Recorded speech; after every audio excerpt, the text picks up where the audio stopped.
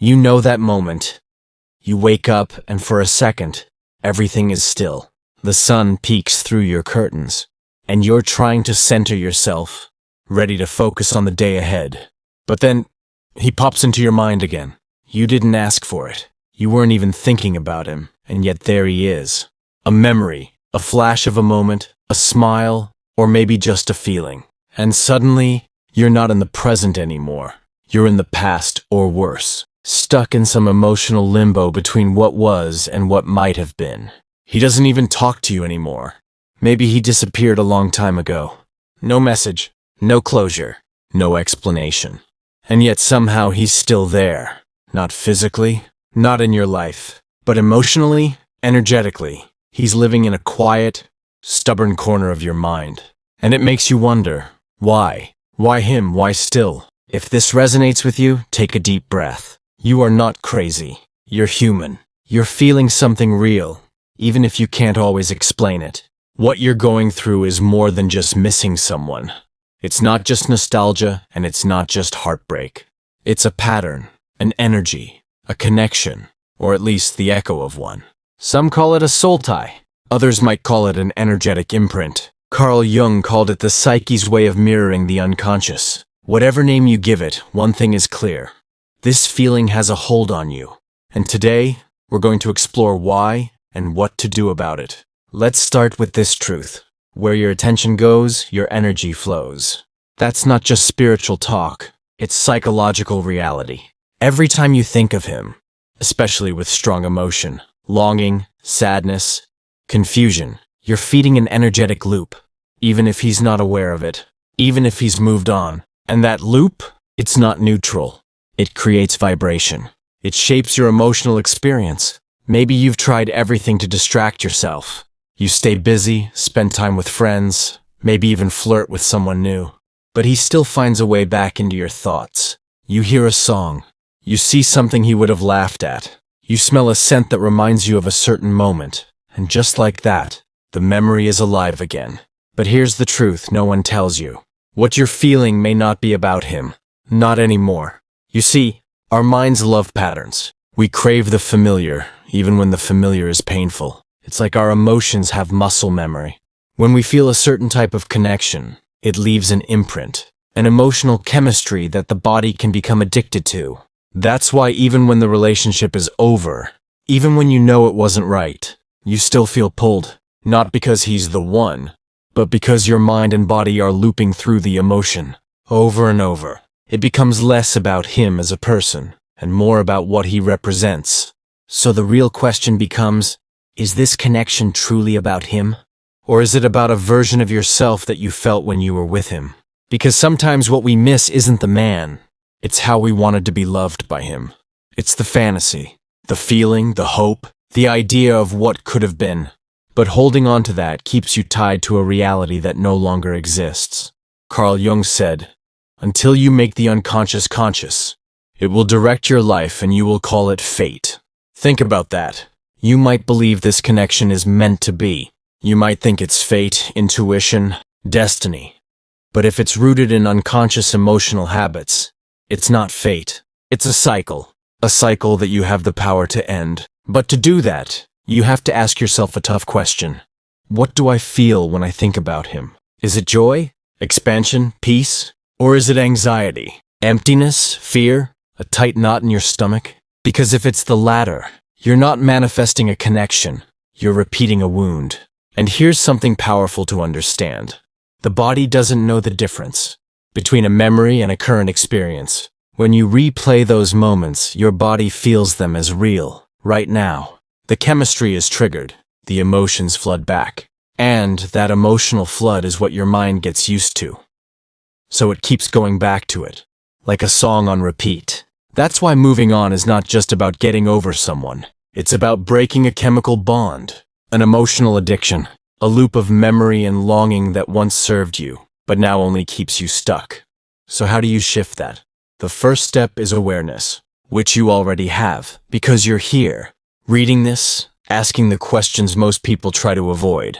The second step is choice, the conscious decision to stop feeding that loop and start directing that energy back to you. And no, it won't happen overnight. Emotions are powerful.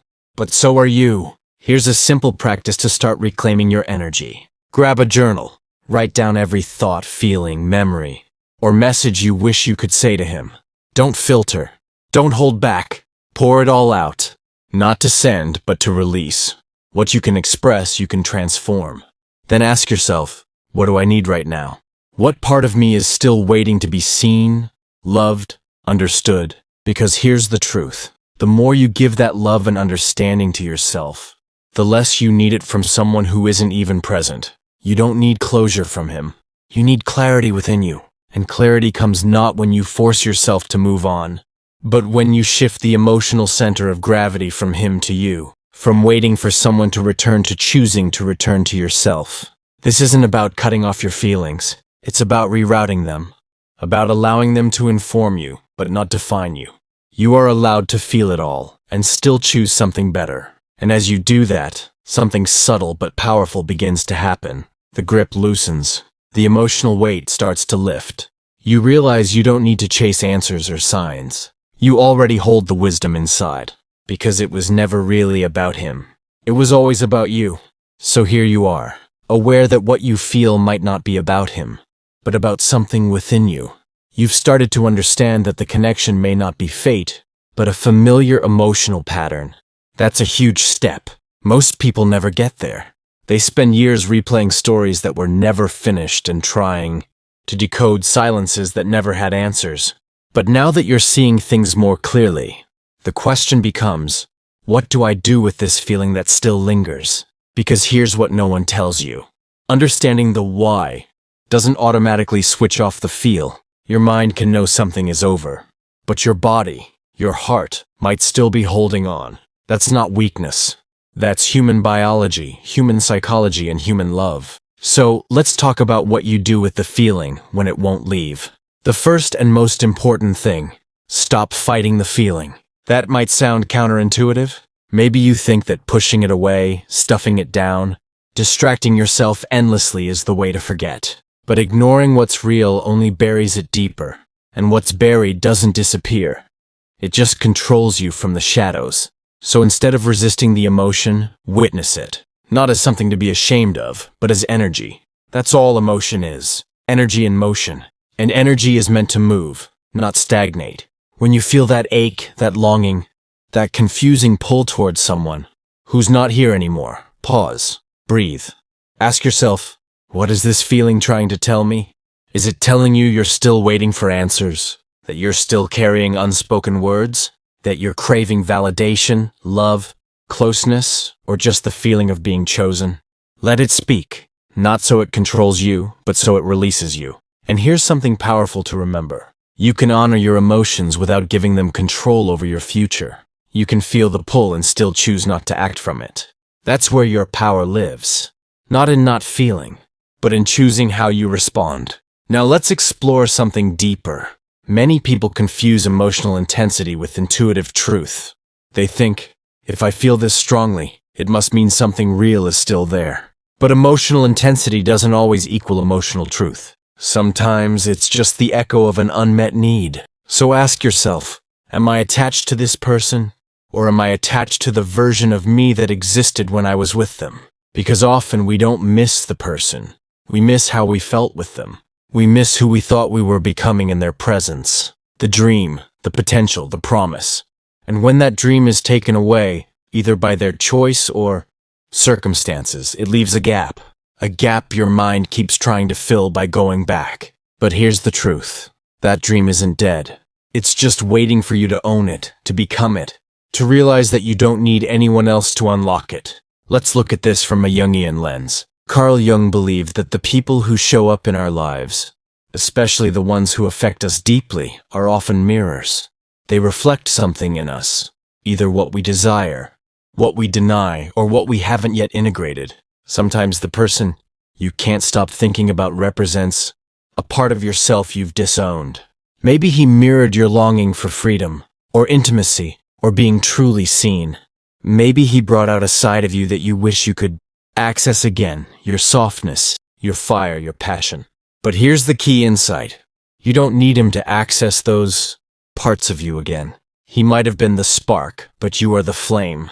This is where transformation begins. Instead of seeing this emotional attachment as a chain, start seeing it as a compass. Let it show you what you're craving, not from him, but from life. If it's connection you seek, how can you cultivate deeper connection with yourself and others right now? If it's passion, where in your life have you stopped feeling alive? And what would light that fire again? If it's love, how can you begin giving that love to yourself first, without conditions or expectations? This is where the concept of emotional alchemy comes in. You take the raw, unfiltered emotion, grief, longing, nostalgia, and instead of letting it drain you, you channel it into art, into movement, into journaling, into laughter, into change. Because when you shift that emotional energy away from him and toward your own growth, everything changes. That's the energy shift that actually attracts better things into your life. Let's talk about vibration, because this matters more than you might think. You've heard of the law of attraction, maybe too much, but let's cut through the noise. The law isn't just about thinking positively. It's about alignment. You don't attract what you want, you attract what you are. So if you want a love that feels peaceful, safe, honest, magnetic, you need to become the version of yourself that feels those things with or without anyone else present. That means you start practicing the feeling of being loved before someone else gives it to you.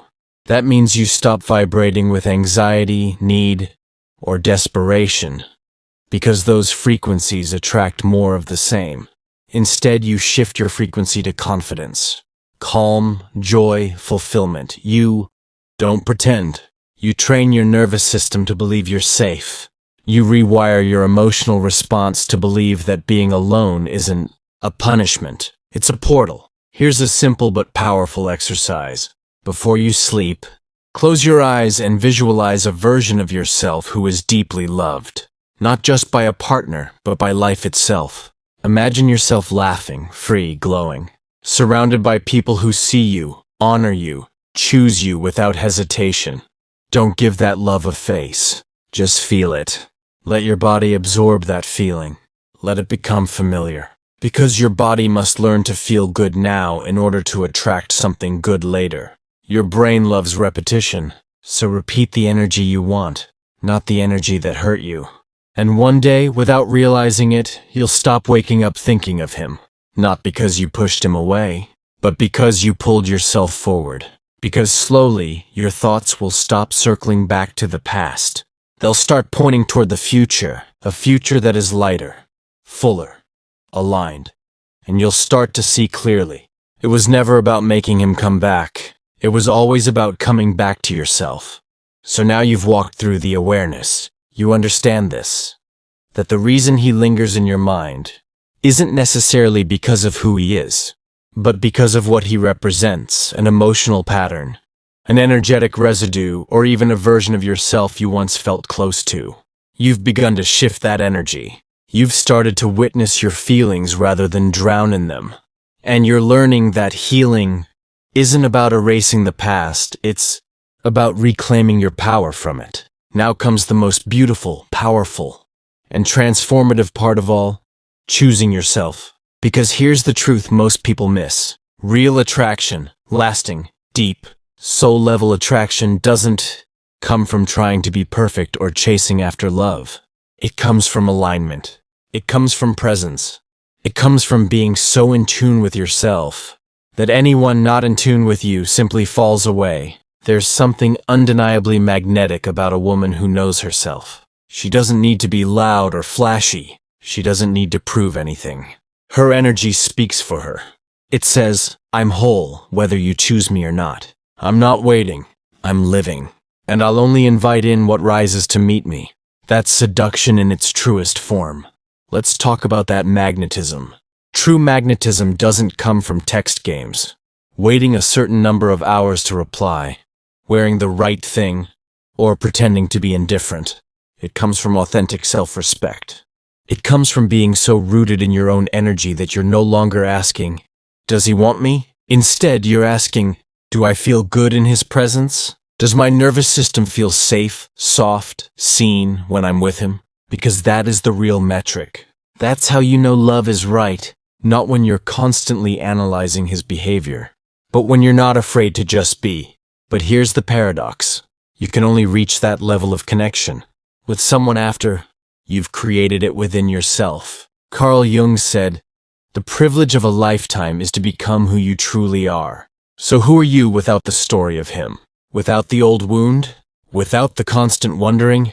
What if your identity wasn't the woman who loved deeply and was left, but the woman who discovered her power through loving and letting go? Because that woman? She's dangerous in the best way. She doesn't settle. She doesn't wait. She doesn't chase. She chooses. And because of that, life chooses her back. So here's a shift to make right now.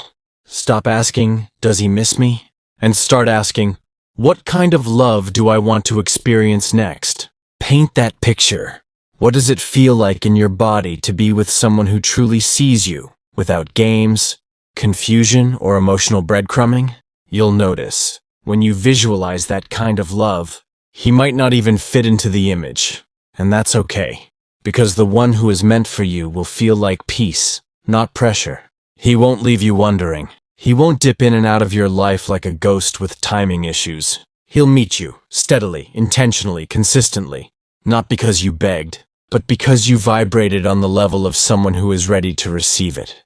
This is the magic of embodied worthiness. When you choose yourself, your vibration shifts, not as a strategy to attract him back, but as a natural byproduct of your healing. You start making decisions based on self-trust, not fear of abandonment. You begin to say no to what drains you, not out of bitterness, but out of protection for your peace. And this creates space for something so much bigger than what you thought you lost. Let's also talk about mystery. There's nothing more magnetic than a woman who doesn't explain herself too much. Not because she's withholding, but because she's centered. Because she trusts that what's aligned will feel light and mutual. And what's not aligned doesn't need to be forced. That's real confidence. That's real mystery. Not playing hard to get, but simply being so content in your own energy that the wrong person gets no access to it. And here's something else no one tells you. Presence is your most seductive quality. When you walk into a room or a conversation or a date, not carrying anxiety or hoping to be chosen, but just being fully present, you become unforgettable. You're not there trying to convince someone to see you. You already see yourself. You show up with light in your eyes, with calm in your body, with joy in your laugh. You talk about things that move you. You let silence be comfortable. You don't need to fill every gap. You don't need to overperform. That's the kind of woman who doesn't just attract attention. She commands respect. And if you're wondering whether he still thinks of you, let me tell you, when your energy shifts like this, he will feel it. Maybe not consciously, maybe not immediately. But energy doesn't lie. And if he's meant to return, it will be because he's drawn back to your glow. Not because you chased him. But here's the best part. By the time he does, you might not even want what you once wanted. Because your energy will have evolved. And the version of you who longed for him, she'll feel like someone you've outgrown. With love, with gratitude, but with clarity. You won't chase closure. You won't chase attention. You'll simply know. I became the woman I was always meant to be, and that was the point all along. Let's end with this truth. What is truly yours will never require you to abandon yourself. If it demands your silence, your smallness, your suffering, it is not your path. If it makes you feel anxious more than alive, it is not your person. If it fades without effort, it was only ever a teacher, not a partner.